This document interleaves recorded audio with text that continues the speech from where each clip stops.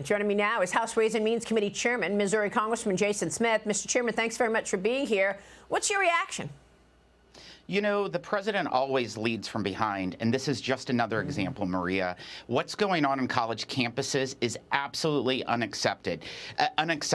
I had a Jewish student just this week from Harvard come into my office to talk about the intimidation, the violence and the harassment that they've been doing.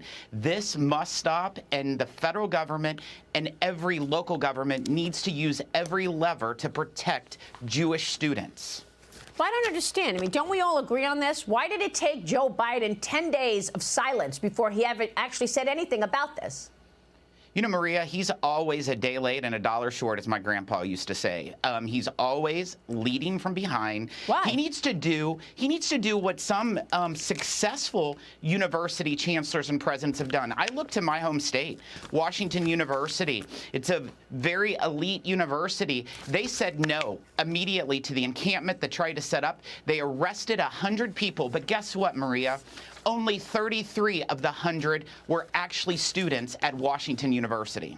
Yeah, well, I mean, there are a lot of outside agitators on all of these university campuses. Who do you think it is, and who's funding it? What have you learned?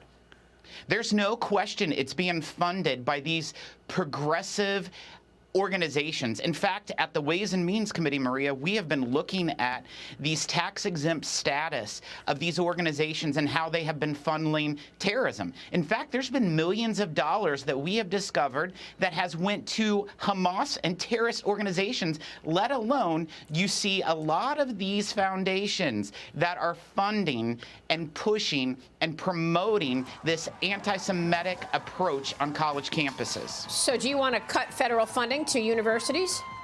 I think we have to look at every lever. And in the Ways and Means Committee, we look at the generous benefits that these universities have when it comes to generous tax benefits, being tax-free. And also these billion-dollar endowments they have, they might need to see a higher tax. I see. The higher taxes for the endowments. Interesting. Okay.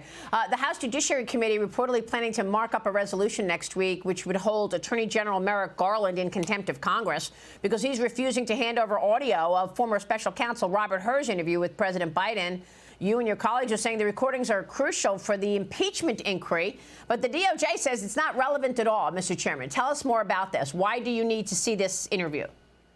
It's extremely important in the impeachment inquiry to see what was said in that audio conversation. We requested that months ago. The Justice Department has been delaying. But Maria, this isn't unusual for the Justice Department. At the Ways and Means Committee, we have seen how the Justice Department have delayed, divulged, and denied anything that led to President Biden in the investigation. The two IRS whistleblowers that came before our committee highlighted that in numerous attempts. So this is not a surprise. Yeah. Will there ever be accountability there? How's your investigation going?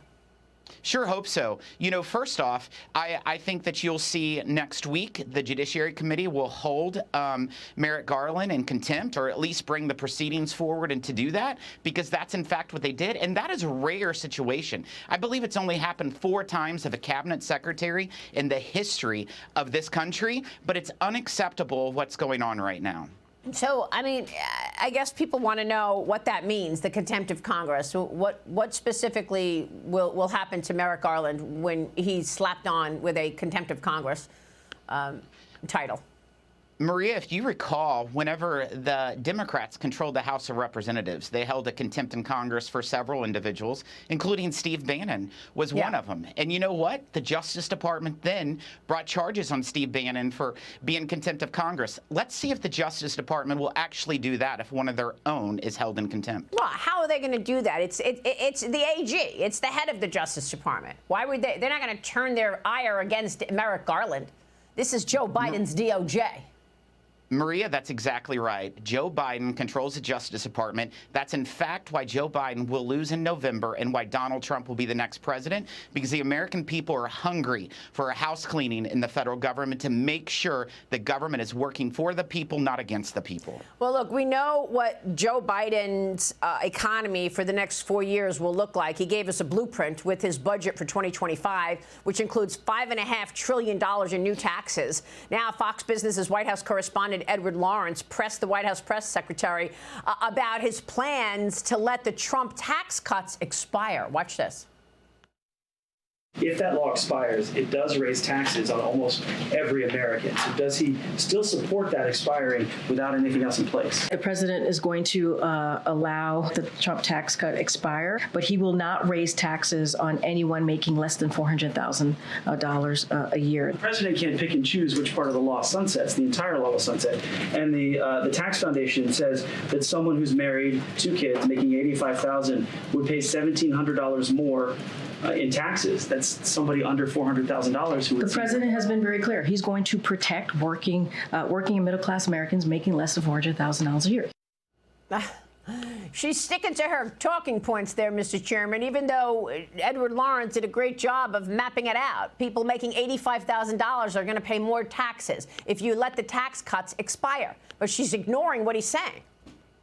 That's exactly right, Maria. If the Trump tax cuts expire, every American will face more in taxes. And it really hits working class Americans. We figured that a family making less than $75,000 a year would face a $1,500 tax increase. This is unacceptable. We see the doubling of the child tax credit, which the Trump tax cuts did, from $1,000 to $2,000. That is slashed in half. $2,000 to $1,000. And you know what? The president can say that he's going to let every one of the tax provisions in the Trump taxes to expire, but he's not going to raise taxes on people less than $400,000. I asked his administration, where is your plan? They have yet to ever provide a plan. In fact, they want to continue a $4 trillion tax increase on all Americans. Yeah, I mean, if you allow the tax cuts to expire, obviously everybody's taxes go up. But I'm talking about the additional taxes that Biden wants to put in place, $5.5 trillion worth. How would you assess the economy today, and what would that do to this fragile state that we're in? You know, Maria, I actually predict, based on his budget reporting, that it's $7 trillion in tax increases if you count the expiration of the Trump tax cuts, which is put in the budget, plus the additional ones. Let me tell you, the economy has been a disaster under Joe Biden. We have seen inflation rise nearly 20% since he's took the oath of office. Interest rates are the highest they've been in decades. Americans are struggling to just pay their mortgage, put food on their table, and clothes on their backs. And it's because of all the policy decisions of the Biden administration. That is, in fact, why Donald Trump, who led the best economy in my lifetime, will be reelected president in November. All right, Mr. Chairman, we'll be watching your work. Thanks very much, Congressman Jason Smith, this morning. Thank you, sir.